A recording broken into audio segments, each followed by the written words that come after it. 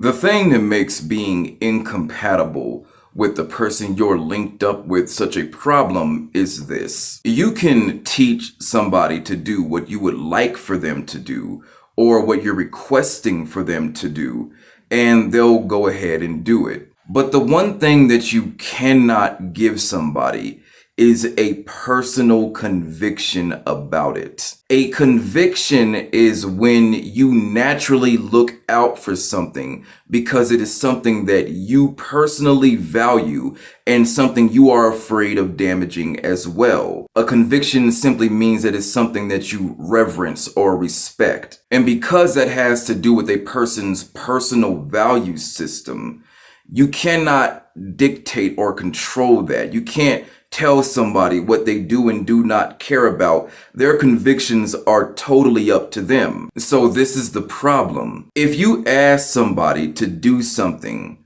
in an area which they have no personal conviction, they will do it because you asked them to do it, and they'll probably do it very well. But what normally ends up happening is they just turn around and violate that very same thing or principle in a different form or fashion. And the reason why they end up doing that is because it's not something that they're naturally looking out for, because they don't have a personal conviction in that area. So it's not really registering or hitting their radar all the different ways this thing can be violated or damaged. For example, let's say that I really loved and valued my car. So I asked you to help me take care of it. You agree. You come up to me and say, what would you like for me to do? And I say, go take the car down to the car wash and get it washed and waxed. And you do that. You bring me my car back and it looks amazing. You have helped me take care of something that I care about, and I'm very appreciative of that. But then later on that same evening, we're out doing stuff and I look over in my passenger seat and you're sitting there eating barbecue chicken in my passenger seat, getting sauce all over the place. Or you got your feet kicked up on my dash. My immediate reaction is to become upset.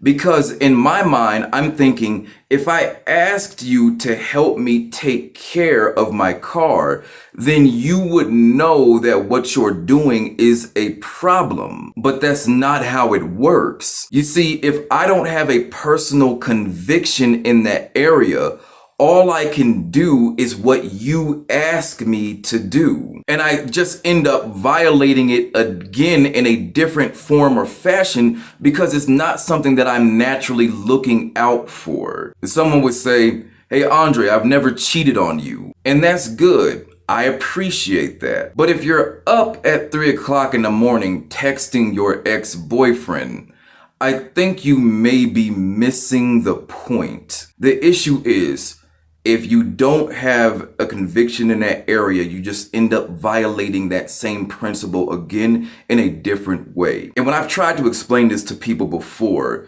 they say, well, Andre, that's not fair, because if somebody's willing to do something for you, regardless of whether or not they have a personal conviction in that area, shouldn't you take their willingness to do what you ask them to do as a sign that this could work or that you could work with them? And I understand what they're coming from, but this is the problem. If a person does not have a personal conviction about something, then it typically means that they're going to end up tripping over that line, crossing that boundary again and again in the future. Even if they do what I'm asking them to do now, they're just going to end up crossing that line again in the future because it's something that they're not naturally looking out for. And I have to be the one to decide, am I going to be okay with somebody continuously crossing this line?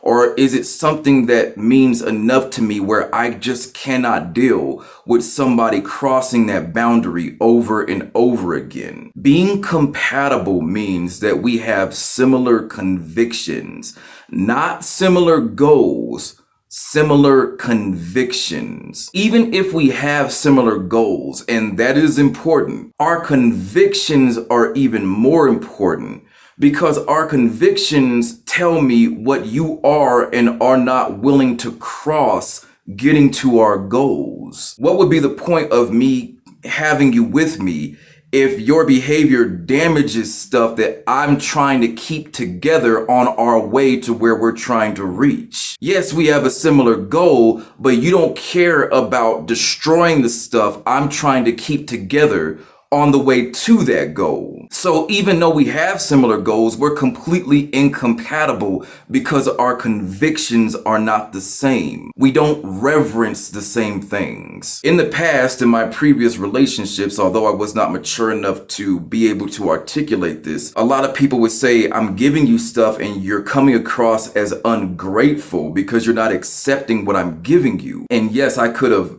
handled it a lot better than what I did, but I was not mature enough to understand why I was not accepting of it. The reason why I didn't accept it was because I knew that the person did not have a personal conviction in the area in which they were servicing me in. Whatever it is you're doing for me, you don't have a personal conviction in that area. And what the gift means a lot more to me than actually receiving it. And so without you having a personal conviction in this area and it just being something you're doing for me, it lessens the impact of the gift because you just turn around and violate the very same principle in a different form tomorrow. So it makes it hard to appreciate what you did yesterday. In order to be compatible, we have to have similar convictions. Let me know what you think.